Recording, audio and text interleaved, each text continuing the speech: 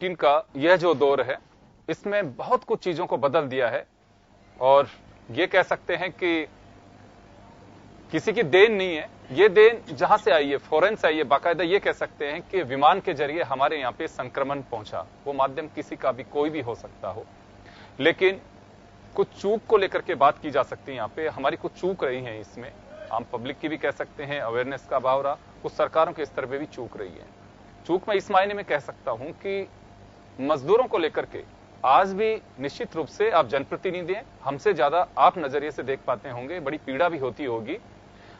वह तकलीफ आज भी कम नहीं हो रही है 45 दिन, क्योंकि लॉकडाउन के 3 दिन बाद से ही यह पलायन का सिलसिला शुरू हो चुका था, जो आज भी जारी है। उनको पता नहीं है कि बॉर्डर पे हमें रोक दिया जाएगा, आगे खाने की व्यवस्था है कि नहीं है, लेकिन वह चले जा रहे हैं। इनका अभी भी सरकार कह तो रही है कि ट्रेनें चला रहे हैं, बॉर्डर तक बसों से छोड़ा जा रहा है, लेकिन ये कारवा जो चल पड़ा है नंगे पांव चिलचिलाती धूप में, वो बचपन जो मुझे लगता है कि मैं तो यही कहूंगा ईश्वर से कि कभी उनको ये दिन देखने को ना मिले। उनके बारे में क्या सरकार का कोई ऐसा प्लान है कि हम केवल केंद्र के भरोसे नहीं रहे और कहें कि राजस्थान की भी हमारी जिम्मेदारी हमें वास्तव में दूर करनी चाहिए?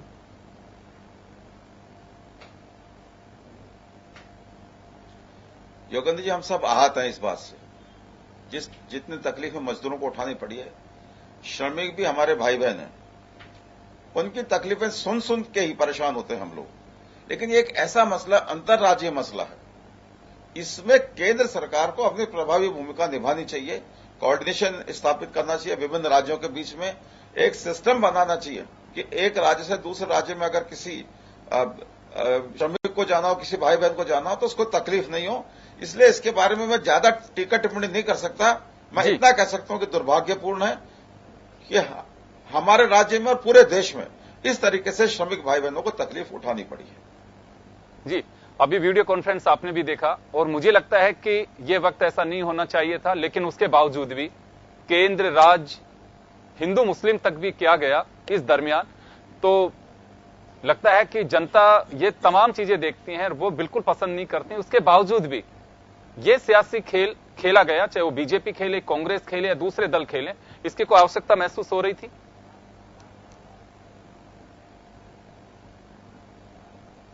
जी, ये राजनीति तो देखिए नहीं होनी चाहिए, और ये एक सेवा का समय है। बिल्कुल। और ये मान के चलिए कि पूरी मानव प्रजाति खतरे में है। ये जिस तरीके का संक्रमण है, जिस तरीके का इसका नेचर है, अगर हम नहीं संभले, अगर हम इस टीका टिप्पणी में लगे रहे, अगर हम सिर्फ राजनीतिक बातों के जरिए ही इस समस्या से निपटने की कोशिश करेंगे तो इससे हम सफल नहीं हो पाएंगे। बहुत मुश्किल समय में हम लोग के समय के दौर से हम लोग निकल रहे हैं। मुझे रतन टाटा जी की टिप्पणी याद आती है कि ये 2020 का साल, ये अपने जीने का समय है, ये हम अपने आप को बचा लें इस साल में, यह हमारे लिए सबसे बड़ी उपलब्धि है। इसलिए मैं आपके माध्यम से सबसे हाथ जोड़कर विनती करना चाहता हूं, हम सेवा करें, बिना किसी धार्मिक, जातिगत, क्षेत्रवाद या किसी भी भेदभाव के बिना सेवा करें। राजनीतिक जो हमारे स्वार्थ हैं, उन स्वार्थों को हम त्यागें और आगे बढ़कर जो पीड़ित है उसकी सेवा में अपने आप को समर्पित करें। जी, एक बड़ा सवाल हो रहा है मेरा यहाँ आपसे कि आप लोगों को जो फंड मिलता है एमएलए और एमपीज को, वह फंड 2 साल के लिए, क्योंकि कोई चारा नहीं है, सरकार की भी लिमिट्स हैं कि हम कहां से पैसा लेकर के आएंगे। आप लोगों का फंड कोरोना के जो महामारी है उसमें डाइवर्ट कर दिया गया है। आपके कंधों पे जिम्मेदारी भी है कि आपने बड़ा प्लान भी बना रखा होगा कि ये पैसा आएगा तो मेरे क्षेत्र में मैं ये सड़क बनवा पाऊंगा, यहाँ पे मैं ये नालियां बनवा सकता हूँ, यहाँ पे विकास का दूसरा काम करा सकता हूँ, क्षेत्र में कोई हॉस्पिटल है तो इक्विपमेंट्स दे सकता हूँ। ये जो तमाम चीजें हैं, 2 साल के लिए आप लोगों का फंड इस ओर डाइवर्ट किया गया है। जनता की अपेक्षाएं होंगी, पानी की भी होगी, सड़क की भी होगी, ये कैसे मैनेज किया जाएगा? ये मेरा जब भी मैं बात करता हूं, अब आने वाले दिनों में हर सदस्य से सवाल होता है कि दोहरी जिम्मेदारी आप पे, एक कोरोना के दरमियान आपके क्षेत्र की, प्रदेश की जनता का ख्याल भी रखना है और उन जन भावनाओं को जो विकास चाहती है उसको भी ध्यान में रखना है, तो कैसे मैनेज करेंगे?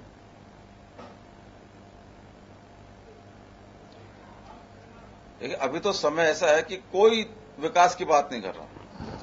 लोग अपने पेट की भूख शांत करना चाहते हैं, लोग बीमारी से लड़ना चाहते हैं। अगर हम आने वाले कुछ महीनों में अपने आप को स्वस्थ रख पाए, अपने ताकत को बचा कर रख पाए, तो विकास की बातें तो हम हमेशा करते रहेंगे जी। कोई ये बड़ी समस्या नहीं है। अभी तो मैंने कल की बीसी में माननीय मुख्यमंत्री जी से आग्रह किया कि ये जो कोविड से लड़ने के लिए चिकित्सा सेवाओं के लिए आपने जो विधायक कोष की राशि का निर्धारण किया है, इसमें से 50% पैसा कम से कम ये जो राशन सामग्री जा रही है, अगर कोई कमी आती है तो इस बात के लिए विधायकों को छूट होनी चाहिए कि 50% तक राशि आवश्यकता अनुसार जितनी हो वो सूखे राशन के लिए, भोजन सामग्री के लिए हम अपने क्षेत्र में लोगों को मुहैया करा सकें। जी, चलिए, आप जब राशन खाद्य सामग्री और राशन की बात कर ही रहे हैं तो इस बीच एक सवाल है, आपने खूब अच्छे से सुना, कई बार इस पे बोलना भी पड़ा। भेदभाव का आरोप क्यों लगाया जा रहा है कि जहां पे कांग्रेस के विधायक हैं वह ज्यादा बेहतर तरीके से बंटवारा हो रहा है, जहां पे विपक्ष के विधायक वहां नहीं हो पा रहा? ये एक सियासी हमला है या फिर वास्तव में इसकी कुछ सच्चाई है?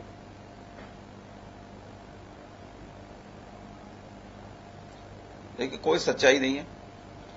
आप विधायकों का रिपोर्ट कार्ड उठा के देखिए, किस विधायक ने राशन सामग्री कितना पैसा दिया है। मैंने पहले भी कहा था, मैं इसमें कोई मेरी राजनीति नहीं है, लेकिन राजनीति करने वालों से मैं कहना चाहता हूं, हम केंद्र सरकार के सामने झोली फैला रहे हैं। केंद्र सरकार हमारे लोगों के लिए मदद दे और हमारे विधायक, हमारे अपने राज्य के जो विधायक हैं वो केंद्र सरकार में प्रधानमंत्री फंड में पैसा जमा करा रहे हैं। अरे भाई, उनको तो आगे बढ़ के राज्य सरकार को के फंड में पैसा जमा कराना चाहिए था। मुख्यमंत्री सहायता कोष में कोविड-19 का जो फंड बना है उसमें पैसा जमा कराना चाहिए था। मैंने पिछले साल का जो बजट था उसमें से 1 करोड़ 12 लाख रुपए मैंने विधायक कोष से दिए, उसमें से 1 करोड़ 11 लाख रुपए मैंने सूखे राशन और खाद्य सामग्री के लिए नियत किए। उसके बाद में मैंने फिर 1 करोड़ रुपया दिया, हालांकि वो 1 करोड़ रुपया उस नए साल के जो नए नियम आ गए उनमें कवर हो गया। फिर भी ये कहना चाहता हूं, हम कहीं कोई कमी नहीं आने देंगे। जो आरोप लगाने वाले लोग हैं, मैं उनसे कहना चाहता हूं कि उनके आरोप विशुद्ध रूप से झूठे हैं, गलत हैं। कहीं कोई भेदभाव कांग्रेस की सरकार की तरफ से, कांग्रेस के विधायकों की तरफ से नहीं हुआ कि अमुक जगह पे तो राशन सामग्री पहुंचे और अमुक जगह पे नहीं पहुंचे, अमुक को दी जाए, अमुक को नहीं दी जाए। परेशानी ये आ रही है कि सिविल डिफेंस के जो डिविजनल वार्डन से लेके सेक्टर वार्डन, पोस्ट वार्डन और दूसरे जो उनके वर्कर्स हैं, उनमें भारतीय जनता पार्टी के पदाधिकारी हैं जो खुद राजनीति करने की कोशिश कर रहे हैं। इसलिए हमने कहा कि इनको हटा के आप ऐसे लोगों को लगाएं, सरकारी लोग हों, अर्ध सरकारी लोग हों, जो निष्पक्ष लोगों और निष्पक्षता के साथ में और पूरी ताकत के साथ में वो भोजन वितरण का, राशन वितरण का काम कर सके। जी सर, मेरा एक सवाल हो रहा है और अच्छा काम हो रहा है। बिल्कुल, एक सवाल हो रहा है मेरा आपसे कि कोरोना के इस पीरियड में सबसे बड़ी चिंता क्या है आपकी?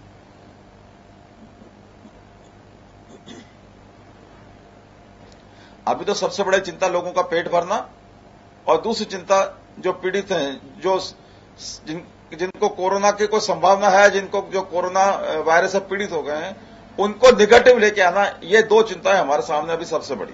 बिल्कुल, और हम शुभकामनाएं देंगे कि आप जरूर इस मकसद में कामयाब हो। निश्चित रूप से सेवा का भाव है। आपने यही कहा कि ये दौर जो है इसमें कोई राजनीति नहीं होनी चाहिए, इसमें तो सिर्फ एक ही है कि मानव जाति को कैसे बचाना है, मानव के जीवन को कैसे बचाना है। ये मुझे लग रहा है कि मूल मंत्र के साथ में, हम इसी ध्येय के साथ में समाज को, प्रदेश को, देश को हमें अपने आप को समर्पित कर देना चाहिए उस सेवा के लिए जिससे हम लोगों के काम आ सकें। और मुझे लगता है कि एक सकारात्मक सोच के साथ इसी तरह से आगे बढ़ना होगा। यह जंग जीतनी है तो इसमें वह रास्ते छोड़ने होंगे जो किसी सियासी पारे को हाइप देते हो। सिर्फ मकसद एक ही होना चाहिए कि हम जन सेवा के लिए कैसे आगे आ सकते हैं। बहुत बहुत शुक्रिया, आपने हमारे साथ वक्त दिया और जन टीवी के दर्शकों से रूबरू है। तो डॉक्टर महेश जोशी जी, राजस्थान विधानसभा के मुख्य सचेतक, जो हमारे साथ में जुड़े। और एक छोटे से ब्रेक के लिए रुक लेते हैं, ब्रेक के बाद हम जल्द लौटते हैं।